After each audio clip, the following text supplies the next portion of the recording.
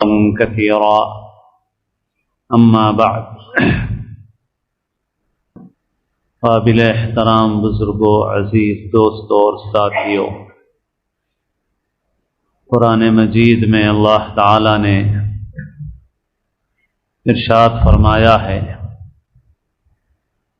وعد اللہ الذین آمنوا منکم وعملوا الصالحات لیستخلفنہم فی الارض۔ اللہ نے ان لوگوں سے جو تم میں ایمان لائے اور جنہوں نے عمل صالح کیے، ان سے وعدہ فرمایا ہے کہ اللہ تعالیٰ ضرور بضرور ان کو زمین میں خلافت، اقتدار اور اختیار عطا فرمائے گا۔ پھر آگے اس آیت میں یہی مضمون ہے، جیسے اللہ نے تم سے پہلے لوگوں کے ساتھ معاملہ کیا ویسے ہی تمہارے ساتھ بھی معاملہ ہوگا، اور اللہ نے اس پر شرطیں بیان فرمائیں کہ یعبدوننی لا یشرکون بی شیئا، ایمان اور عمل صالح جو اختیار کریں ان سے ہمارا یہ وعدہ ہے، اور یہ ضروری ہے کہ وہ ہماری عبادت کریں اور ہمارے ساتھ کسی کو شریک نہ کریں۔ اور پھر فرمایا آگے کہ وَأَقِیمُوا الصَّلَاةَ وَآتُوا الزَّکَاةَ وَأَطِیعُوا الرَّسُولَ لَعَلَّکُمْ تُرْحَمُونَ، اور نماز قائم کرو اور زکوٰۃ دو اور رسول کا کہنا مانو اور اطاعت کرو تاکہ تم پر رحم کیا جائے۔ قرآن مجید میں یہ ایک ہی آیت نہیں، اور بھی جگہوں پر اللہ نے ایمان والوں سے وعدے فرمائے ہیں۔ ایک جگہ ارشاد فرمایا وَأَنْتُمُ الْأَعْلَوْنَ إِن كُنتُم مُؤْمِنِينَ، اور تم ہی سربلند رہو گے، بالا رہو گے اگر تم ایمان والے ہو۔ اللہ تعالی نے جو وعدے فرمائے ہیں، ظاہر ہے کہ اللہ تعالی سے زیادہ سچا کس کا وعدہ ہو سکتا ہے، اور اللہ کی بات سے سچی بات کس کی ہو سکتی ہے۔ وَمَنْ أَصْدَقُ مِنَ اللَّهِ قِيلًا، جب اللہ نے وعدے فرمائے ہیں اور قرآن مجید میں فرمائے ہیں، اور وعدہ نصرت کا ہے، مدد کا ہے، سربلندی کا ہے، اور پھر حالات ایسے نظر آ رہے ہیں کہ جو اس کے برعکس نظر آ رہے ہیں، تو پھر غور کرنا چاہیے کہ کیا بات ہے۔ اللہ تعالیٰ کے وعدے میں تو کسی شک اور شبے کی گنجائش نہیں۔ معلوم ہوا کہ اس کا مطلب یہ ہے کہ ایمان کی، اعمال صالحہ کی، اطاعت اور فرما برداری کی جو شرط ہے وہ ہم سے پوری نہیں ہو رہی۔ اسی کو حضرت خواجہ عزیز الحسن صاحب مجذوب علیہ الرحمہ نے اپنے ایک شعر میں اس آیت کی گویا تشریح و تفسیر بیان فرمائی کہ وعدہ غلبہ ہے مومن کے لیے قرآن میں، وعدہ غلبہ ہے مومن کے لیے قرآن میں، پھر جو تو غالب نہیں کچھ ہے کسر ایمان میں، اس میں کمی ہے، ورنہ تو اللہ کا وعدہ سچا ہے۔ اللہ کے رسول صلی اللہ علیہ وسلم کی سیرت مبارکہ میں بھی اس امت کو نمونہ دکھایا گیا۔ رسول اللہ صلی اللہ علیہ وسلم نے مکے میں زندگی گزاری، صبر کی، ظلم کو برداشت کرتے ہوئے اور اپنا کام کرتے ہوئے، برابر اپنے کام میں لگے رہے۔ اللہ کی عبادت اور بندگی، اللہ کے بندوں کو دعوت، تکلیفیں اٹھاتے رہے، اپنے کام میں لگے رہے، اور کبھی ان کے ساتھ اپنے دین اور عقیدے کے معاملے میں کوئی مفاہمت، کمپرومائز نہیں کی، کوئی نرمی نہیں کی اس میں۔ اپنے دین پر جمے رہے، اپنے عقیدے پر جمے رہے، اپنی دعوت پر جمے رہے، تکلیفیں برداشت کرتے رہے، اور جب اللہ نے ہجرت کا حکم دیا تو ہجرت کر کے آ گئے۔ مدینے کی زندگی، وہاں اگرچہ کہ مشرکین مکہ کا غلبہ نہیں تھا، مگر پھر بھی کشمکش کی زندگی تھی، ڈر لگا ہوا تھا دشمنوں کا ہر طرف۔ قرآن مجید اس کو یوں کہتا ہے کہ تخافون ان یتخطفکم الناس، تمہیں ڈر تھا کہ لوگ تمہیں اچک لیں گے۔ اللہ تعالیٰ نے مدینے میں ٹھکانہ دیا، اور مدینہ ایک ایسی بستی تھی کہ جو اسلامی تعلیمات کا ایک مکمل نمونہ تھی، اور صحابہ کرام سب کو اللہ نے اطاعت اور فرما برداری کا نہایت ہی اونچا مقام عطا فرمایا تھا۔ مدینہ منورہ کی زندگی میں شروع میں چھوٹے چھوٹے معرکے ہوئے، پھر ایک بڑا معرکہ ہوا جس کا نام غزوہ بدر ہے۔ غزوہ بدر میں مسلمانوں کی تعداد بہت کم تھی، دشمنوں کی تعداد زیادہ تھی۔ مسلمانوں کے پاس سامان کی کمی تھی، دشمن کے پاس سامان کی کوئی کمی نہیں تھی۔ مسلمانوں کے پاس ہتھیار کی کمی تھی، ان کے پاس ہتھیار کی کوئی کمی نہیں تھی۔ لوہے میں ڈوبا ہوا لشکر تھا دشمنوں کا، اور مسلمانوں کا لشکر ایسا تھا کہ بدن پر کپڑے بھی پورے نہیں تھے، مگر اللہ نے غلبہ دے دیا۔ پھر اس کے بعد احد کی جنگ پیش آئی۔ احد کی جنگ میں مسلمانوں کی تعداد نسبتاً زیادہ تھی، پہلے کے مقابلے میں سامان اور اسباب کے اعتبار سے مضبوط تھے۔ شروع میں مسلمانوں کو کامیابی ملی، دشمن بھاگنے لگا، پھر دشمن پلٹ کے آیا، اس نے حملہ کیا تو 70 صحابہ شہید ہوئے، اور خود حضور علیہ الصلاۃ والسلام کے جسم مبارک پر زخم آئے، آپ کے دندان مبارک شہید ہوئے، اور آپ کو لے جا کر کے ایک غار میں پہنچایا گیا۔ پھر بعد میں دشمنوں کو بھگا دیا گیا، مگر مسلمانوں کو ایک شدید نقصان سے دوچار ہونا پڑا کہ 70 صحابہ شہید ہوئے۔ احد کی جنگ میں یہ نمونہ کیوں پیش آیا؟ یہ اللہ کے رسول صلی اللہ علیہ وسلم کی زندگی جو ہے، یہ پوری امت کے لیے نمونہ بنایا گیا ہے اس کو۔ لَقَدْ كَانَ لَكُمْ فِي رَسُولِ اللَّهِ أُسْوَةٌ حَسَنَةٌ، اور آپ کو ان حالات سے گزارا گیا امت کی تعلیم اور امت کی تربیت کے لیے، ورنہ اللہ تعالیٰ کو کوئی ضرورت نہیں تھی ان چیزوں کی۔ مکے کی زندگی کی جو مصیبتیں ہیں وہ بھی امت کے نمونے کے لیے، کہ دیکھو حالات ایسے بھی پیش آ سکتے ہیں، ایسے حالات جب پیش آئیں گے تو تمہیں کیا کرنا ہے، اپنے دین اور ایمان پر ثابت قدم رہنا ہے۔ حضرت بلال رضی اللہ تعالی عنہ غلام تھے، ان کا مالک ان سے کہتا تھا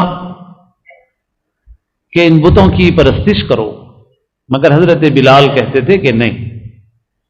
تو ان کا مالک ان کو گرم ریت پر گھسیٹتا تھا، انگاروں پر لٹاتا تھا، اوپر پتھر رکھ دیتا تھا وزنی، مگر وہ اس حال میں بھی کہتے تھے احد احد، اللہ ایک ہے ایک ہے ایک ہے، میں اس ایک اللہ کے سوا کسی کی عبادت نہیں کر سکتا، جمے رہے۔ یہ ہمارے لیے نمونہ ہے، نمونہ بنانے کے لیے ہی تو حضور کو ان مرحلوں سے گزارا گیا، ورنہ اللہ تعالیٰ کے لیے کوئی دشوار نہیں تھا کہ اللہ تعالیٰ منٹوں میں فیصلہ فرما دیتے۔ اتنے برس گزارنے کی کیا ضرورت تھی؟ کوئی آندھی آتی، طوفان آتا، کوئی چیز ایسی آتی کہ سارے کے سارے ہلاک کر دیے جاتے، لیکن ایسا نہیں ہوا۔ یہ سب کیوں کیا گیا؟ یہ امت کے نمونے کے لیے کیا گیا۔ لالچ بھی دیا گیا، ڈرایا بھی گیا، مگر حضور اور حضور کے اصحاب اپنے دین پر، اپنے عقیدے پر پوری طرح سے ثابت قدم رہے، اور خاص طور پر شرک سے پوری طرح سے دور رہے، کوئی چیز اس کی انہوں نے قبول نہیں کی۔ پھر اس کے بعد مدینے کی زندگی میں بھی یہ حالات آئے. تو اس میں بھی بتایا گیا کہ دیکھو جس وقت تمہاری حکومت ہو، تمہاری ریاست ہو، اس وقت بھی اگر تم نافرمانی کا راستہ اختیار کرو گے تو تمہارے ساتھ حالات بدل جائیں گے. غزوہ احد میں صحابہ کرام سے کوئی کھلا ہوا گناہ نہیں ہوا، ایک اجتہادی غلطی ہوئی. اللہ کے رسول صلی اللہ علیہ وسلم نے 50 صحابہ کو، 2 پہاڑوں کے درمیان ایک درہ تھا، اس میں آپ نے متعین فرمایا کہ یہاں پر رہو. تیر اندازوں کو مقرر فرمایا اور یہ فرما دیا کہ دیکھو کسی صورت میں بھی یہاں سے ہٹنا نہیں. مگر جب شروع میں مشرکین مکہ بھاگنے لگے اور جو عام مسلمان تھے وہ ان کا سامان لوٹنے لگے، مال غنیمت، تو یہ جو ٹھہرے ہوئے تھے ان میں سے کچھ لوگوں نے کہا کہ چلو اب ہم بھی چلتے ہیں. تو جو ان کے امیر تھے انہوں نے کہا کہ نہیں، حضور نے یہ حکم فرمایا کہ یہاں سے کسی صورت نہیں ہٹنا ہے، اس لیے ہم نہیں ہٹیں گے یہاں سے. مگر ان میں سے اکثروں نے یہ کہا کہ بھئی اب تو ختم ہو چکا معاملہ، دشمن بھاگ رہا ہے اور مال غنیمت لوگ لوٹ رہے ہیں، ہم بھی مال غنیمت حاصل کریں گے، چلو ہم بھی چلیں. اور اس طرح سے وہ اکثر لوگ وہاں سے ہٹ گئے، کچھ لوگ رہ گئے، جگہ خالی ہو گئی. تو دشمنوں نے موقع پایا اور ادھر سے آ کر کے حملہ کیا، جس کے نتیجے میں یہ 70 صحابہ کی شہادت کا واقعہ پیش آیا. نقصان اٹھانا پڑا، غیر متوقع حملہ تھا، اچانک پیچھے سے ایک ایسی طرف سے جدھر سے امکان نہیں تھا ادھر سے آ کے حملہ ہوا، نقصان اٹھانا پڑا. یہ نقصان ایک اجتہادی غلطی کی وجہ سے ہوا. جو لوگ وہاں سے مقام چھوڑ کے گئے تھے وہ بھی کوئی نافرمانی کا جذبہ نہیں تھا، ان میں خلاف ورزی کا جذبہ نہیں تھا، مگر صرف اتنا ہوا کہ ان سے اجتہادی غلطی ہو گئی. حضور کا حکم باقی تھا مگر وہ یہ سمجھے کہ اب حکم باقی نہیں ہے اور یہ سمجھ کے ہٹ گئے وہاں سے، تو پانسا پلٹ گیا. پھر ایسے ہی غزوہ حنین پیش آیا. غزوہ حنین تو پیش آیا فتح مکہ کے بعد. مکہ مکرمہ فتح ہو چکا ہے، مسلمانوں کا 8-10 ہزار کا لشکر موجود ہے. پھر نئے نئے لوگ اسلام میں داخل ہو رہے ہیں تیزی کے ساتھ، اور کچھ قبائل نے بغاوت کا جھنڈا بلند کر دیا، جنگ کے لیے کھڑے ہو گئے. تو مسلمان نکلے ان سے مقابلہ کرنے کے لیے، اور اب تک کبھی اتنا بڑا لشکر نہیں تھا جتنا اب تھا مسلمانوں کا. اس صورتحال میں کچھ مسلمانوں کی زبان سے یہ نکلا، سب نے نہیں کہا، کچھ مسلمانوں کی زبان سے یہ جملہ نکلا کہ اس سے پہلے ہم تھوڑے تھے تو کوئی ہمیں ہرا نہیں سکا، آج تو ہماری تعداد اتنی ہے، آج ہمیں کوئی کیا دھکا دے گا. یہ وہ کچھ کی زبان سے نکل گیا. بس جب پہنچے میدان میں تو دشمنوں نے کچھ اس طرح سے تیر چلائے کہ مسلمان تتر بتر ہو گئے، میدان چھوڑ کے بھاگنے لگے. حضور پاک علیہ الصلوۃ والسلام اور چند اصحاب آپ کے ساتھ میدان میں رہے اور باقی سب تتر بتر ہو گئے، بھاگنے لگے تیروں سے. گویا شکست کا نمونہ آ گیا سامنے. خیر پھر اللہ تعالی نے دستگیری فرمائی، حضور نے آواز دی، پھر بکھرا ہوا مجمع جمع ہو گیا اور پھر مسلمانوں نے مقابلہ کیا اور اللہ نے مسلمانوں کو کامیابی دی.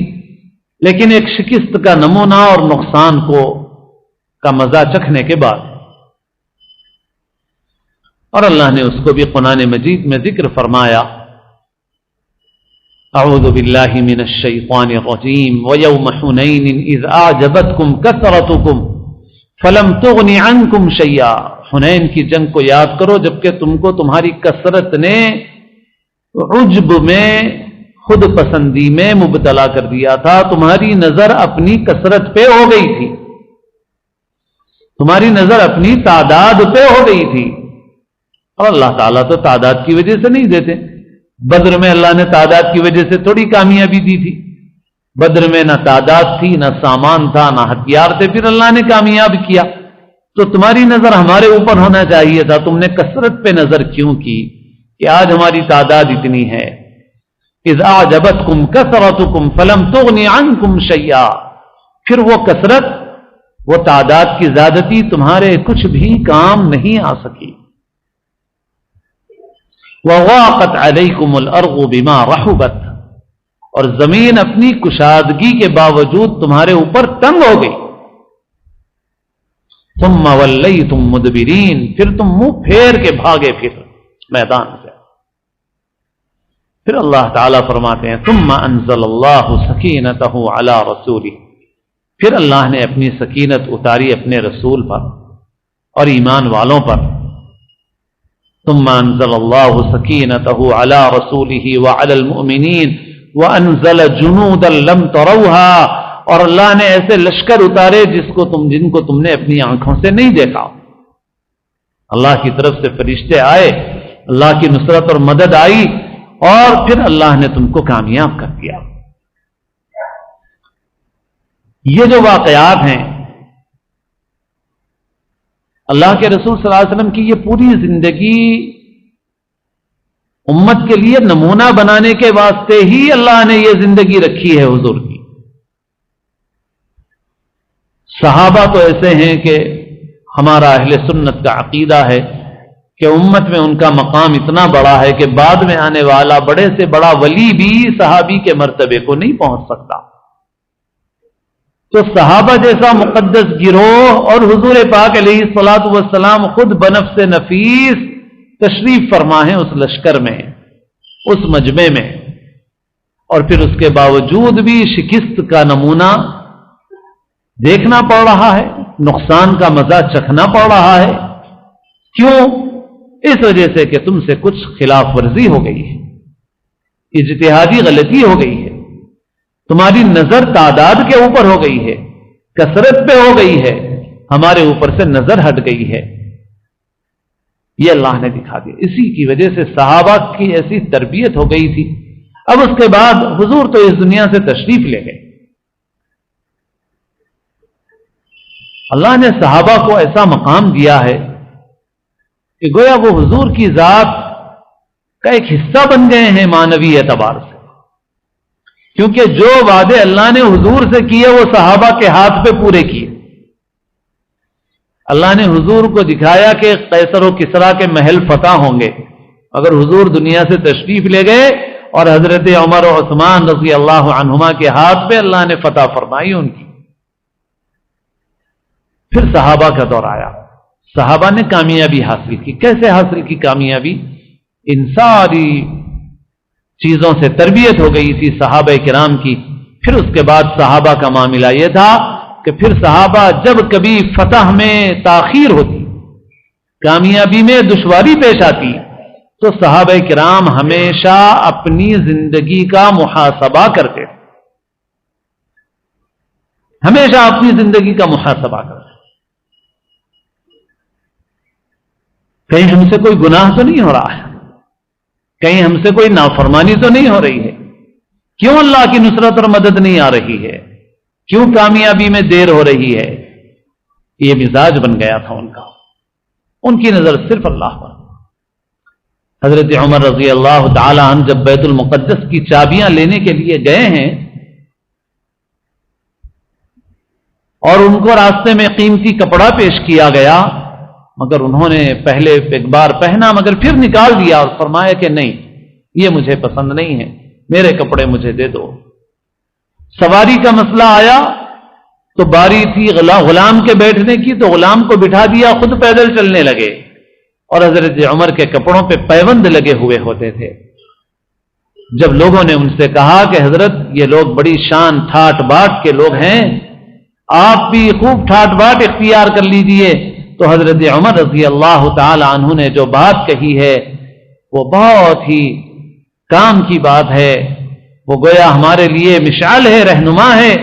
حضرت عمر رضی اللہ تعالی عنہ نے فرمایا کہ ہم ایسی قوم تھے کہ ہم تو ذلت میں پڑے ہوئے تھے، نحن قوم اعزنا اللہ بالاسلام، اللہ نے ہم کو کپڑے سے عزت نہیں دی، سواری سے عزت نہیں دی، اسلام سے عزت دی اللہ نے۔ اور اس کو چھوڑ کر ہم نے کسی اور راستے میں عزت تلاش کی تو پھر ہم کو عزت ملنے والی نہیں ہے۔ پھر ایسے ہی جو کتابوں میں ملتا ہے کہ بعض اوقات صحابہ کرام نے اپنا جائزہ لیا اور یہ دیکھا کہ مسواک کی سنت چھوٹ رہی ہے اور انہوں نے مسواک کرنا شروع کیا، اللہ نے پھر فتح اور کامیابی دے دی۔ تو یہ واقعات کچھ بعید نہیں ہیں۔ ہاں البتہ بعض لوگ ان واقعات کے فہم میں پوری صورتحال نہیں لیتے ہیں، کچھ حصہ لیتے ہیں، لیکن صحابہ کے مزاج سے کچھ بعید نہیں ہے اس طرح کا واقعہ۔ پوری بات اس طرح سے نہیں لیتے ہیں کہ صحابہ نے نیچے سے ابتدا نہیں کی تھی، مسواک سے ابتدا نہیں کی تھی صحابہ نے اوپر سے ابتدا کی تھی۔ صحابہ نے دیکھا ہم میں کوئی فرض چھوڑنے والا تو نہیں ہے، کوئی نماز چھوڑنے والا تو نہیں ہے، کوئی روزہ چھوڑنے والا تو نہیں ہے، کوئی زکات چھوڑنے والا تو نہیں ہے، کوئی کسی حرام کو کرنے والا تو نہیں ہے۔ دیکھا تو الحمدللہ فرائض واجبات سب ہو رہے ہیں۔ تو پھر نیچے آئے وہ اور انہوں نے یہ محسوس کیا کہ دیکھو اس وقت ہم سے مسواک کی سنت چھوٹ رہی ہے، انہوں نے اس پہ عمل کیا۔ اس کا مطلب یہ نہیں ہے کہ بھئی خالی ایک مسواک ہی ہے، ایسا نہیں ہے، خالی ایک مستحب ہی ہے، ایسا نہیں ہے۔ تو جب آدمی کچھ کم علمی کی وجہ سے اس کے کسی حصے کو لے لیتا ہے تو بعض لوگوں کو صحیح بات میں بھی شک و شبہ پیدا ہونے لگتا ہے۔ یہ اس کو پیش غلط انداز سے کرتا ہے کوئی آدمی تو اس سے شکوک و شبہات پیدا ہوتے ہیں پیش کرنے والے کی کمی کی وجہ سے۔ اور باقی واقعہ بالکل صحابہ کا مزاج ایسا ہی تھا کہ وہ اپنا جائزہ لیتے تھے، جائزہ لیا، دیکھا کہ بھئی الحمدللہ فرائض ہو رہے ہیں، محرمات میں کوئی ابتلا نہیں ہے، کچھ نہیں ہے۔ پھر ان کی نظر ایک مستحب پہ گئی اور ان کی اس فکر اور ان کا اپنے متعلق احتساب کا جو جذبہ تھا، ہو سکتا ہے کہ یہ جذبہ ہی اللہ کی مدد اور نصرت کا ذریعہ بن گیا ہو۔ اللہ تعالیٰ کو پیار آ گیا ہو کہ میرے یہ بندے ایسے ہیں کہ ان کو اپنی نصرت اور کامیابی کے لیے ان کی نظر میرے اوپر ہے، اور ہو سکتا ہے کوئی اور وجہ رہی ہو، مگر جو ان کا جذبہ ہے اور جو ان کی محنت ہے کہ اپنے متعلق ڈھونڈ رہے ہیں، اللہ تعالیٰ نے اس پر فضل فرما دیا اور کامیابی عطا فرما دی۔ سلف میں سے کسی کا قول ہے کہ لن يصلح آخر هذه الامه الا بما صلح به اولها، کہ اس امت کے آخر کی اصلاح اسی میں ہے جس میں اول کی اصلاح تھی، یعنی اس امت کے بعد والے لوگ بھی اسی راستے سے کامیابی اور عزت پا سکتے ہیں جس راستے سے کامیابی اور عزت پہلے لوگوں نے پائی ہے۔ ایسا نہیں کہ ان کے لیے ایک راستہ تھا اور ہمارے لیے دوسرا راستہ ہے۔ انہوں نے تو کامیابی ان چیزوں سے پائی تھی اور ہمیں کامیابی ہتھیار سے ملے گی، طاقت سے ملے گی، پیسے سے ملے گی، تعداد سے ملے گی، نہیں، ہمیں بھی کامیابی ملے گی تو بس ایمان اور تعلق مع اللہ سے ملے گی، اور جس کا تعلق اللہ کے ساتھ صحیح ہو جائے پھر اس کے بعد دنیا کی کسی طاقت سے ڈرنے کی کوئی ضرورت نہیں ہوتی۔ اور اگر اللہ تعالی سے تعلق درست نہیں ہے تو پھر دنیا تو لات مارتی ہی رہے گی، کوئی اس کا پرسان حال نہیں ہے، لاوارث بنا رہے گا، پھر لاوارث بنا ہے، اور اللہ تعالیٰ اس کے ہو جائیں پھر کوئی اس پر ٹیڑھی نظر نہیں ڈال سکتا۔ مگر امت کے احوال بہت قابل فکر ہیں۔ یہ بھی ایک بات یاد آ گئی کہ ایک اداکار قسم کا آدمی، اس نے یہاں پر کوئی تقریب کی تو مسلمان مردوں اور عورتوں کا مجمع بھیڑ لگا کے ٹھہرا ہوا ہے اس کے انتظار میں، ایک ایسے شخص کو دیکھنے کے لیے جو برائی پھیلا رہا ہے۔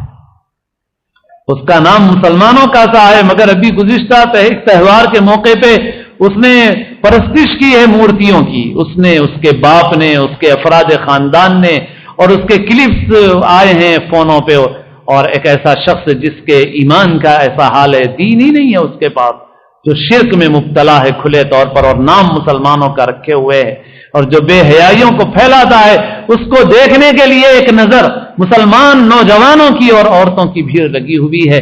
اور اس میں کسی چینل نے کسی عورت سے انٹرویو لے کے پیش کیا تو اس نے کہا کہ میرا نام فلاں ہے، میں بارکس کی رہنے والی ہوں، اور یہ کہ میں اس کی بہت فین ہوں، اور ہم ایسا انتظار میں ہیں کہ چاہے کتنے ہی وقت گزر جائے ہم یہاں سے ہٹنے والے نہیں ہیں، نعوذ باللہ۔ اور ہم اس کا برتھ ڈے مناتے ہیں ہر سال. نعوذ باللہ نعوذ باللہ. ہمارے ایک دوست عالم دین سے ابھی تھوڑے دن پہلے بات ہو رہی تھی، وہ بارکس ہی کے ہیں، تو پرانے احوال کی بات نکلی تو انہوں نے کہا کہ میری جب 10 سال کی عمر تھی تو مجھے یاد نہیں ہے کہ کبھی دن کے وقت میں بارکس میں کوئی عورت نظر آئی ہو. مجھے یاد نہیں ہے جب ہماری 10 برس کی عمر تھی کہ دن کے وقت میں بارکس کی کسی گلی میں کوئی عورت نظر نہیں آ سکتی. عورتیں رات میں نکلتی تھی مغرب کے بعد، اور جب عورتیں نکلتی تھی تو ساتھ میں ایک بچہ ہوتا تھا، اس کے ہاتھ میں قندیل ہوتی تھی، اور جیسے ہی کوئی آدمی آ رہا ہوتا گلی میں اور دیکھتا کہ بھئی عورتیں ہیں، سامنے بچہ قندیل لیے ہوئے ہے، تو وہ آدمی فوری اپنا رخ دیوار کی طرف کر کے کھڑا ہو جاتا اور عورتیں گزر جاتی تھی. اور جب وہ ایمان کی حالت تھی، ہمارے اعمال کی وہ کیفیت تھی ہمارے، تو اس وقت دیکھو کیا شان تھی. میں یہی کہتا ہوں کہ اس وقت جام بیچتے تھے، سر پہ ایک رومال باندھے ہوئے رہتے تھے، لیکن کسی کی مجال نہیں ہوتی تھی کہ وہاں کے رہنے والے کسی آدمی پہ ٹیڑھی نظر ڈال لے. آج سب ختم.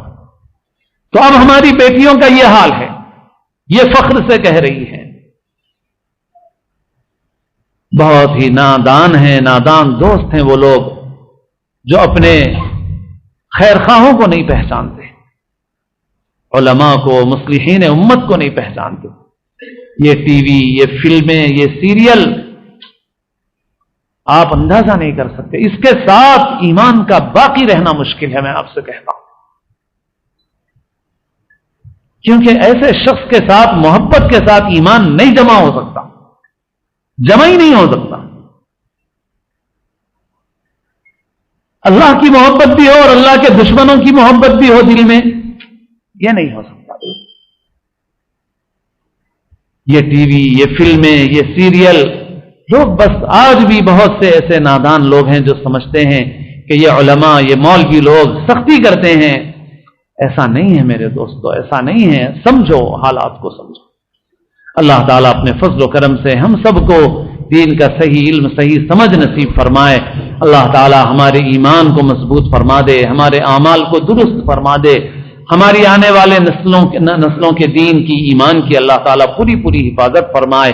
ہم سب کو اسلام کی زندگی اور اپنے اپنے وقت پر حسن خاتمہ نصیب فرمائے، سنتیں عطا فرمائے.